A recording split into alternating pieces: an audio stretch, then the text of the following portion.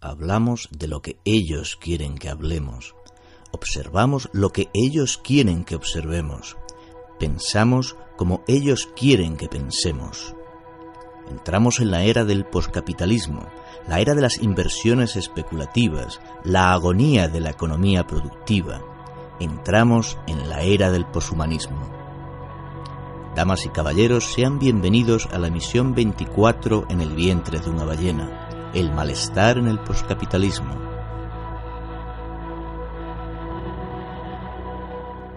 Mefistófeles se presenta a Fausto en la obra de Goethe.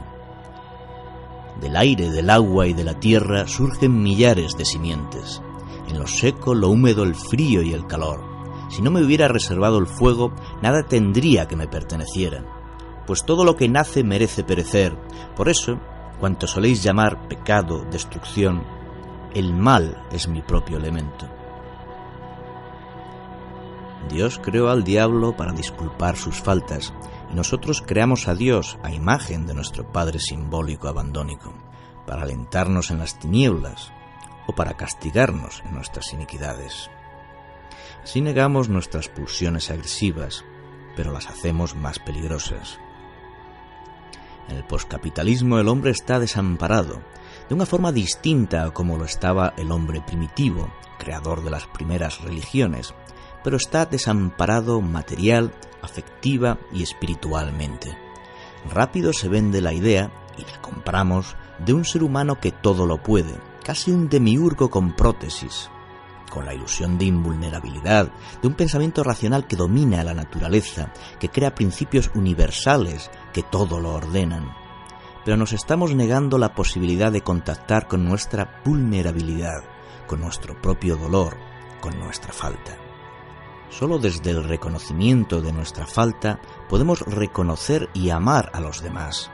Solo saliendo del narcisismo podemos reconocer al otro y reconocernos a través del otro.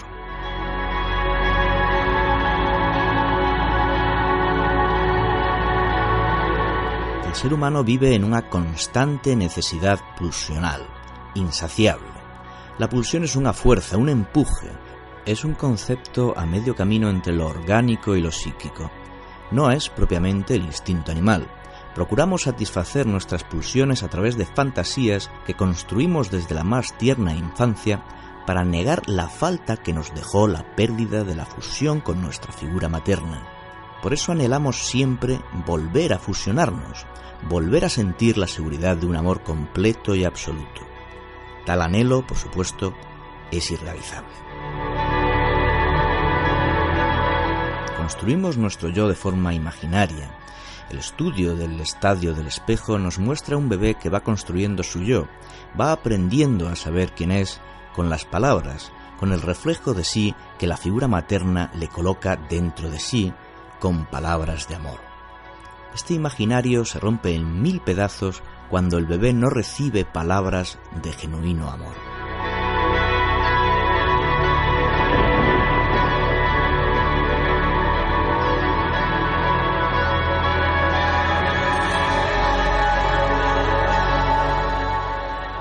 El poscapitalismo, con su flamante y poderoso sistema de propaganda, juega con nuestro sistema de identificaciones, con nuestro imaginario y nuestra fantasía.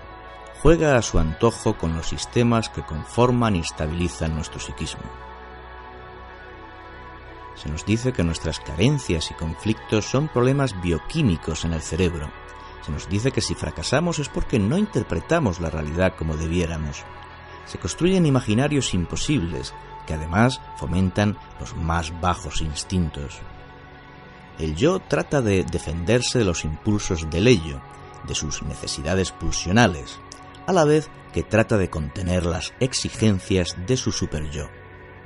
Estas son yo, ello y superyo, las 3 instancias de nuestro aparato psíquico, según la escuela psicoanalítica. Existen solo en nuestra conceptualización, pero nos sirve para acercarnos un poco a entender qué nos pasa.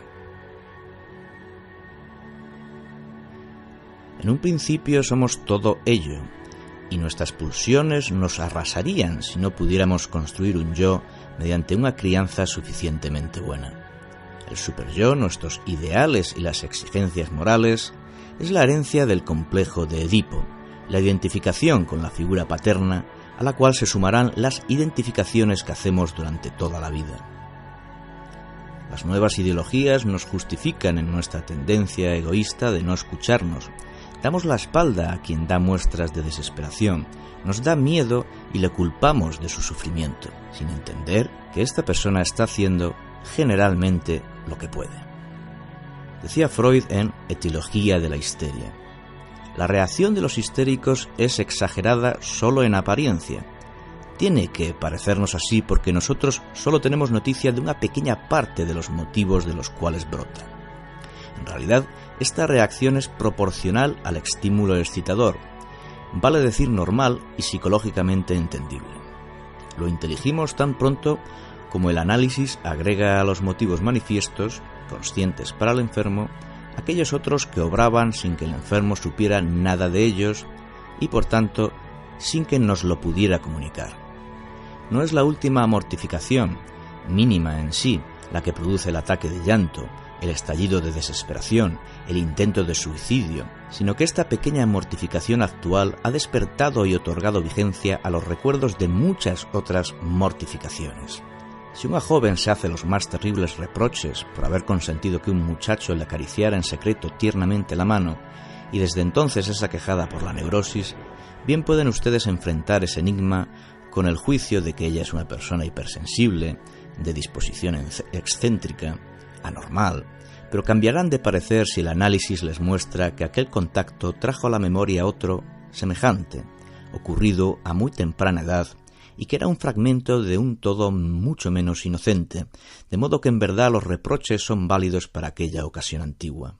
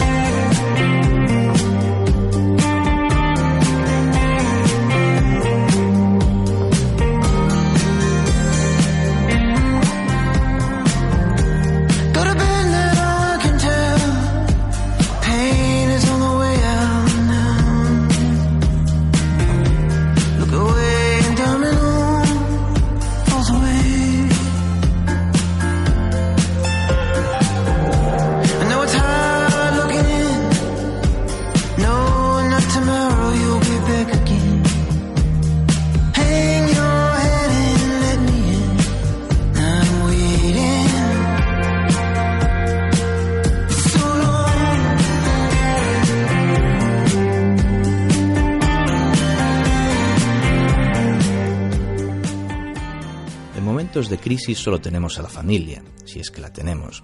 La familia es la garante de la estructuración psíquica del individuo, su entrada en la estructura neurótica, la más sana o la menos patológica. En el poscapitalismo se promociona la ideología de género, de autoras como Judith Butler. Esta ideología promueve la destrucción de la familia nuclear y muy presumiblemente por este motivo se acuerdan leyes que permiten el abuso de unos miembros familiares sobre otros. Se destruye a golpe de propaganda, por ejemplo, la presunción de inocencia.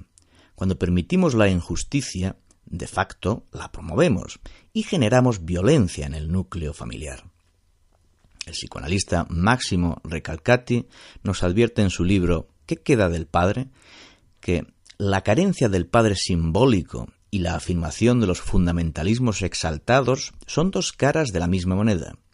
La tentación totalitaria, el espejismo de la fusión y la armonía universal, la utopía trágica de una comunidad que engulle cualquier diferencia, son modos patológicos de restituir la fuerza titánica e ideal del padre. La violencia de este sistema de propaganda es tal que se puede establecer un paralelismo entre las estrategias de control mental que realizan los líderes sectarios y las que realiza la propaganda postcapitalista. En una secta, el líder retiene a sus seguidores jugando dos estrategias. Por un lado, la promesa de felicidad eterna y el goce de ser un distinguido elegido. Por otro lado, el látigo de la culpa, el temor y la dependencia. El líder embauca a sus seguidores prometiéndoles un paraíso. Les hace dependientes del afecto que les provee. les asusta con alguna amenaza externa, ofreciéndoles protección frente a la misma, y les culpabiliza por los dones recibidos. Pues bien, ¿no es esto parecido a los mandatos encubiertos de la propaganda poscapitalista? ¿No sustituye tanto el líder de la secta como la autoridad poscapitalista a ese padre simbólico ausente, o demasiado castrador, o poco afectivo? Por un lado se promete un goce ilimitado, ya sea en sexo, poder, dinero o distinción. Y recibimos un bombardeo de anuncios publicitarios constantes, vendiéndonos este imaginario. Por otro lado, el propio goce ilimitado te hace dependiente, pero además te aterrorizan con amenazas terroristas, shocks económicos y caricaturas terroríficas de los países no alineados.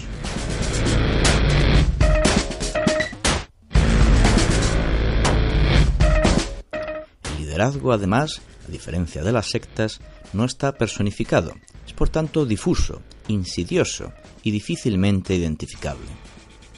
El ser humano, así anulado y atemorizado, se somete con facilidad, se corrompe y reacciona con agresividad ante cualquier alternativa de liberación. Ya en la Biblia encontramos el mito de Jesús, condenado por los propios judíos para dejar libre al ladrón Barrabás. Despertar supone un proceso tan doloroso, es un golpe tan fuerte al narcisismo, es tan ingrato que muy pocos lo hacen. El poscapitalismo, en definitiva, ha creado la gran secta.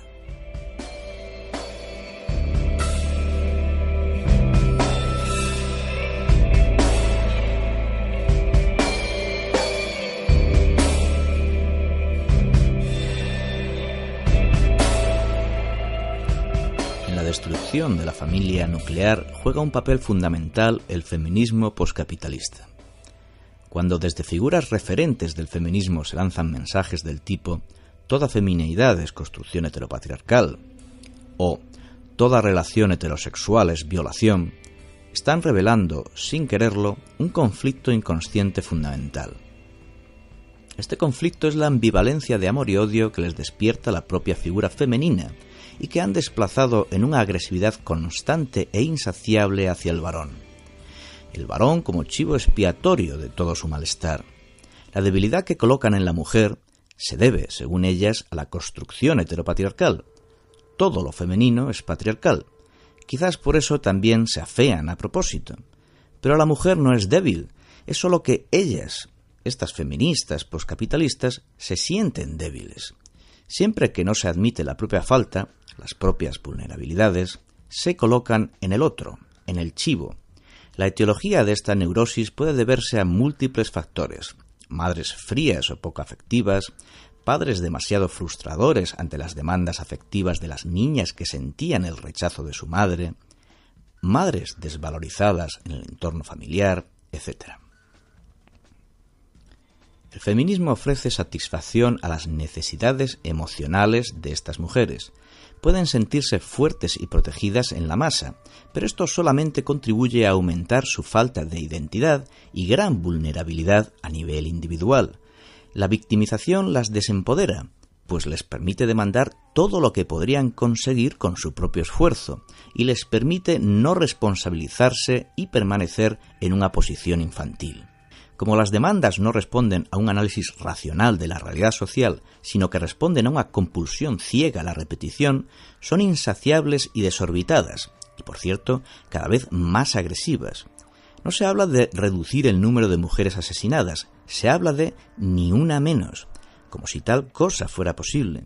Pero en el fondo lo que menos importa es proteger a las mujeres. Pues para sostener la ideología que a su vez sostiene en síntomas su precario psiquismo, es necesario satanizar al varón y sostener el imaginario de que vivimos en un patriarcado, y por tanto se hace necesario distorsionar todos los aspectos que atañen a los géneros, aunque eso suponga perjudicar a las propias mujeres. La ideología se vuelve totalitaria. Si no piensas como yo, eres un agresor machista. El odio hacia el varón se exacerba y se vuelve sádico. Machete al machote, tu boca al bordillo, mata a tu marido, etc. Además, el entramado feminista sostiene económicamente a miles de activistas. Pero aparte del dinero y del poder, lo que está detrás es este mecanismo neurótico, es esta personalidad tan vulnerable que se está sosteniendo mediante el síntoma feminista. Un feminismo capitalista que, claro está, ya no tiene nada que ver con algo liberador, solamente sostiene a la persona manteniéndola dependiente. Un arma de sometimiento mucho más eficaz que los códigos civiles del siglo XIX, y mucho más perverso, pues divide, atomiza y genera violencia, destruye la unidad familiar y genera represión sexual. Es, en definitiva, un ataque contra el amor, que se sostiene y difunde en un ataque brutal de propaganda diario, del cual, de nuevo, muy poca gente es capaz de sustraerse.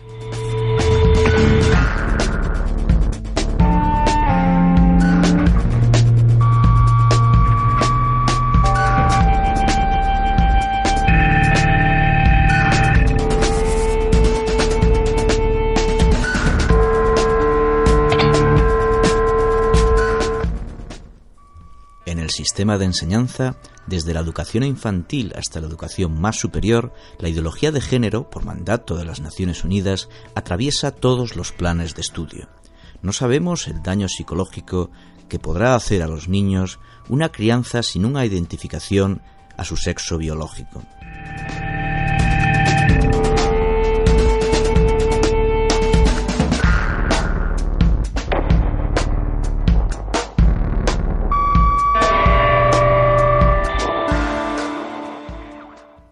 Cuando las condiciones sociales se recrudecen, nuestro superyo moral se encarniza contra nosotros mismos, reforzado, además, por la culpabilización que el propio sistema nos inocula constantemente. La agresividad de nuestro superyo está en función de la agresividad hacia la figura paterna, o sus derivados en las autoridades poscapitalistas, que tuvimos que reprimir, de nuevo por la ambivalencia de amor y odio y nuestra dependencia hacia esas mismas figuras a las cuales no hemos podido destruir. Se crea una sociedad de falsa moral que ataca toda disidencia de la norma dominante. Cada día es habitual observar ataques en las redes sociales a personas que, con razón o sin ella, han dicho algo que se sale del tiesto. Se pueden leer insultos, amenazas y esta constante falsa moral en forma de corrección política extremista. Se destruye así, por la propia gente, la libertad de expresión e incluso derechos básicos como la presunción de inocencia. Se persigue el arte, el humor, se tapona toda vía de salida sana a la pulsión agresiva. Por tanto, esta pulsión saldrá en forma de violencia o se reprimirá generando patología.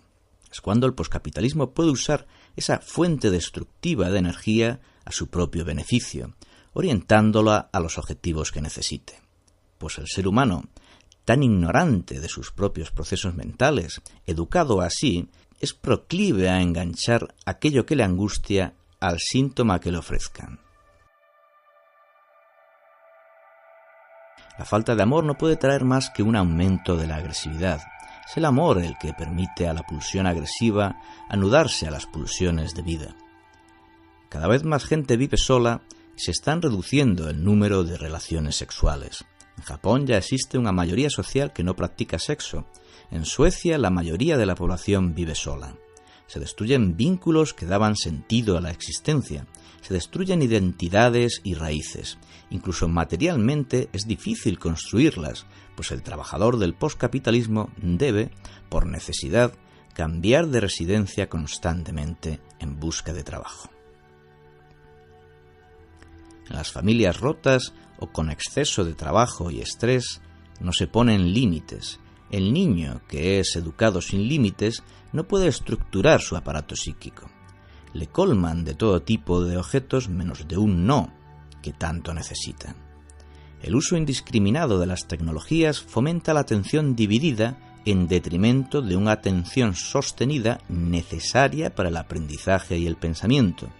Es la era de la imagen. Nuestro vocabulario se reduce, la filosofía se elimina, pues no obtiene beneficios, además de ser rebelde por naturaleza.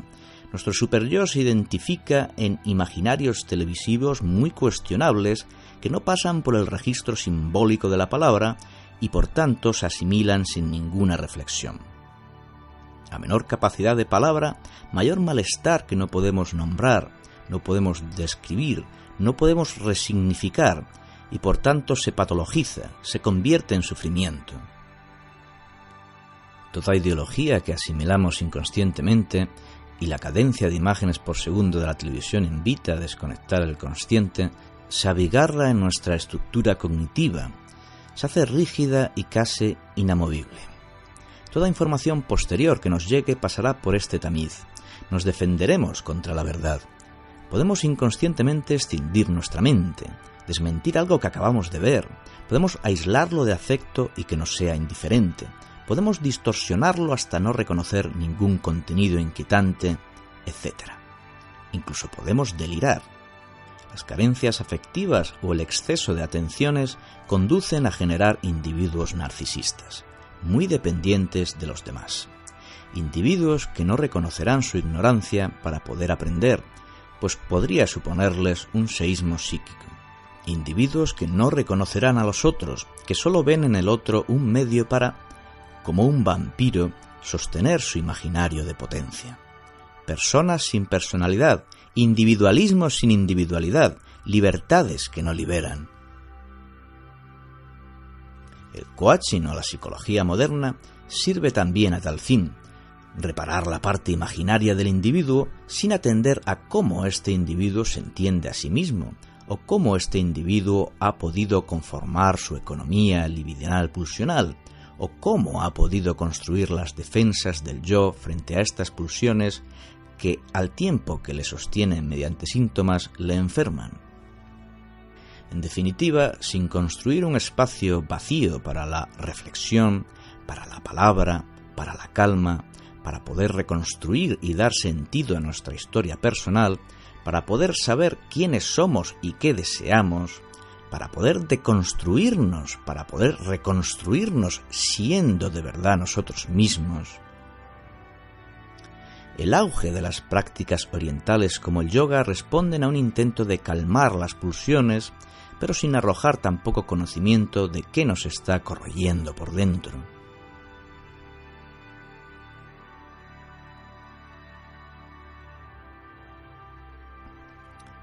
El poscapitalismo es el fin del pensamiento, la no reflexión. Se acostumbra al individuo a formatos televisivos donde no tiene cabida la reflexión. Se acostumbra al cerebro a un bombardeo de estímulos. Se le hace adicto a la ingesta compulsiva de imágenes. Se angustia sin su móvil, sin sus sonidos y mensajes. Se angustia si se abre un espacio de reflexión. Volvemos al mito de Cronos, que todo lo devoraba.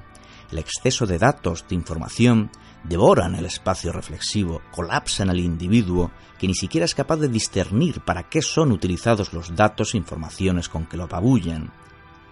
Tal es el miedo del sistema a la reflexión, tal era el miedo de Cronos a la rebeldía de sus hijos.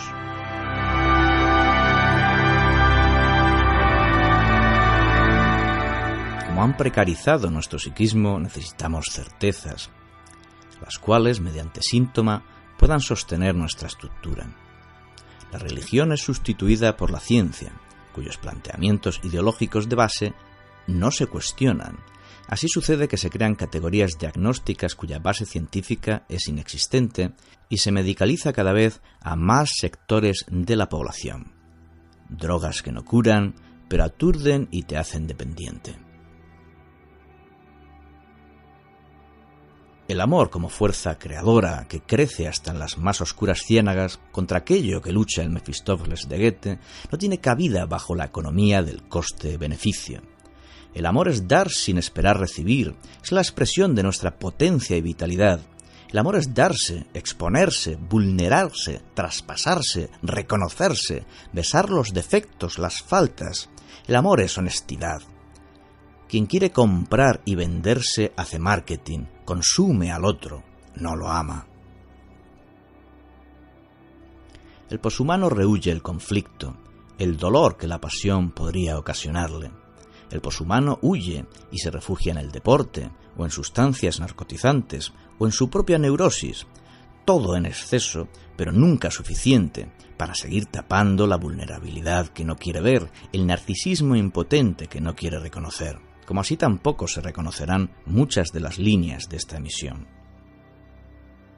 Decía Nietzsche en el Ecce Homo: ¿cuánta verdad soporta? ¿Cuánta verdad osa un espíritu? Esto fue convirtiéndose cada vez más, para mí, en la auténtica unidad de medida.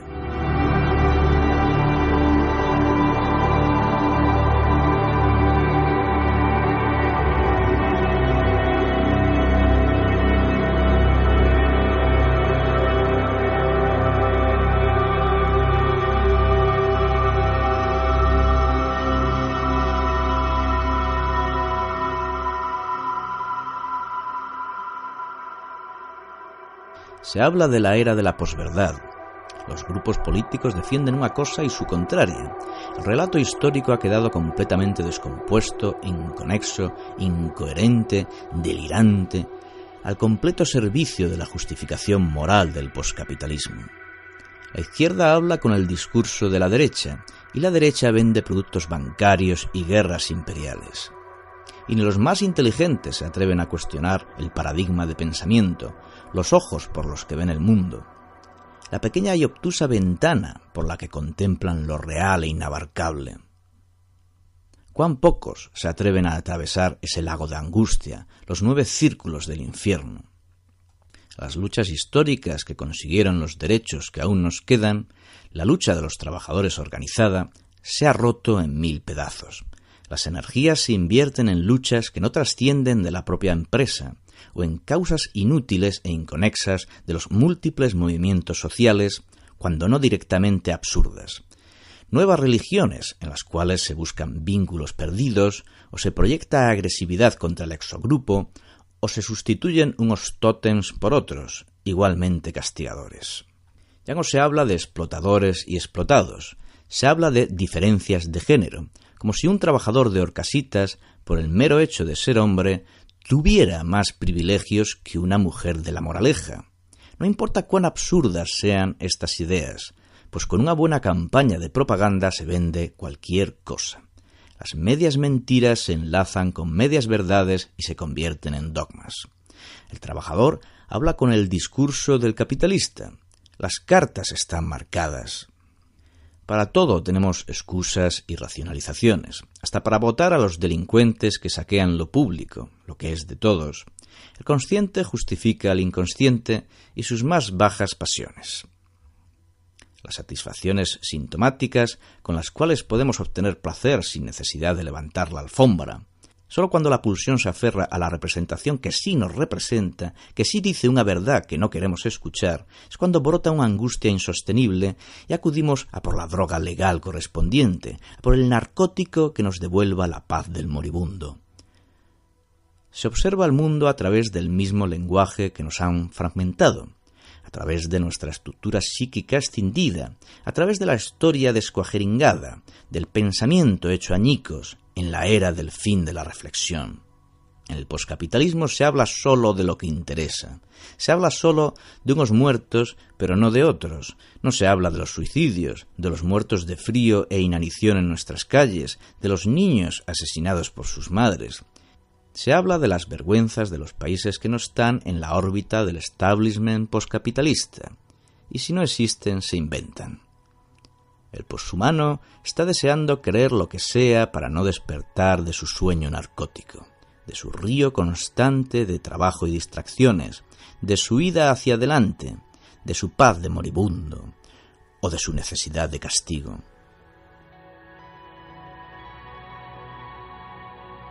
Hablamos de lo que ellos quieren que hablemos, observamos lo que ellos quieren que observemos, pensamos como ellos quieren que pensemos. Y nos arrodillaron sin pegar un tiro, nos destrozaron desde dentro, y lo que se pronosticó ya estaba sucediendo. En la manera en que nos enseñan a nadar para arrojarnos al mar helado, en la manera en que inyectan miedo y odio, en la manera en que estrangulan el amor con cordones umbilicales que no le dejan marca al diablo, en la manera en que extienden los barrotes invisibles, en la manera en que matan la claridad de la noche, y los mártires son estrellas que nos alientan como clavos de amor. Hablamos de lo que ellos quieren que hablemos, observamos lo que ellos quieren que observemos, pensamos como ellos quieren que pensemos, en la manera en que pongamos la agresividad en la obra del amor, en la manera en que podamos sustraernos de su gran hermano que todo lo ve, todo lo oye y a todo envenena, en la manera en que podamos ser tan valientes como para pedir ayuda en la boca del suicidio, en la manera en que encontremos el modo de aletear el aire opresor perfumado de los recién nacidos, la evolución continuará. Aún en el infierno de Alepo continuará, aún en el infierno de Saná continuará, aún en el infierno que hemos creado en Trípoli continuará, pues no podrán ahogar el llanto de los recién nacidos, continuará en las arenas rojas de Marte, en Tartuso, en Gaza, en Abu Ghraib, continuará.